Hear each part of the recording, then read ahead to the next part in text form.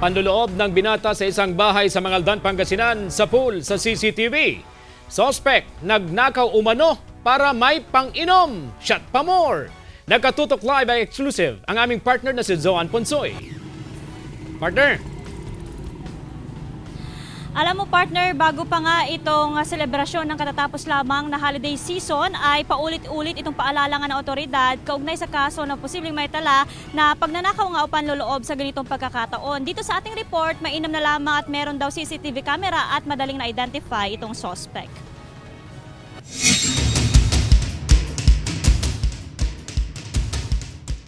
Hagip sa CCTV ang isang lalaki na naglalakad sa kalsada. Ilang minuto pa, tumalon ito mula sa bakod.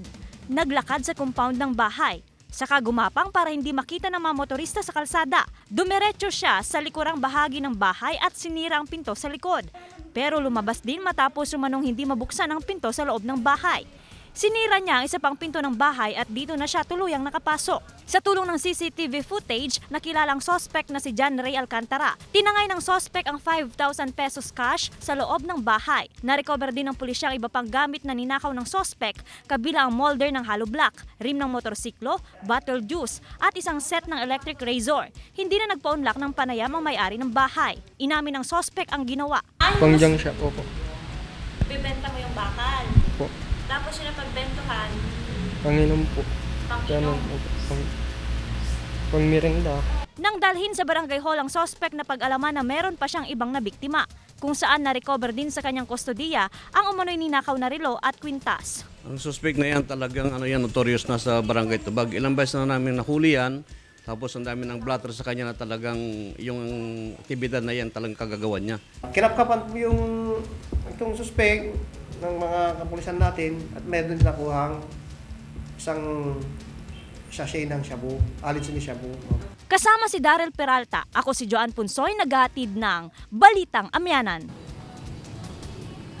Kwento nga ng biktima, hindi raw ito yung unang beses na nalauban siya. Actually, ang sabi niya, ikatlo na raw ito na insidente ng panloloob sa kanya, kaya naman minabuti niyang maglagay nga ng CCTV camera sa kanyang bahay at para mahuli na rin yung kanyang hinihinala nga na suspect sa panloloob.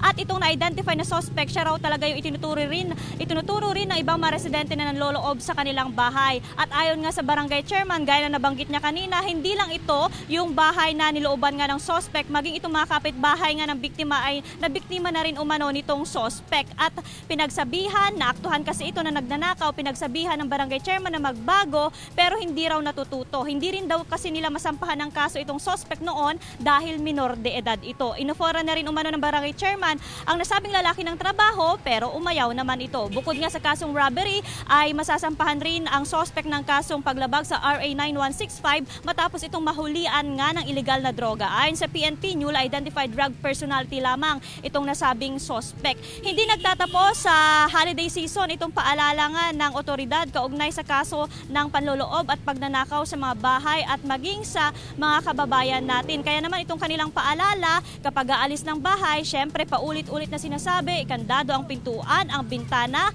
dapat merong maiiwang bantay. Kung sakali raw na walang maiiwang kamag-anak sa iiwanang bahay nga ay maaring ipagbigay alam na lamang sa mga kapitbahay ang mga pupuntahan ng sa ganun nga ay mabantayan rin ang mga kabahayan. Ang mga negosyante naman kung may pondo, dapat magtalaga na lang ng gwardya at magpakabit nga ng CCTV camera. Partner.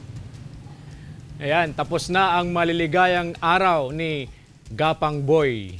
Maraming salamat, partner!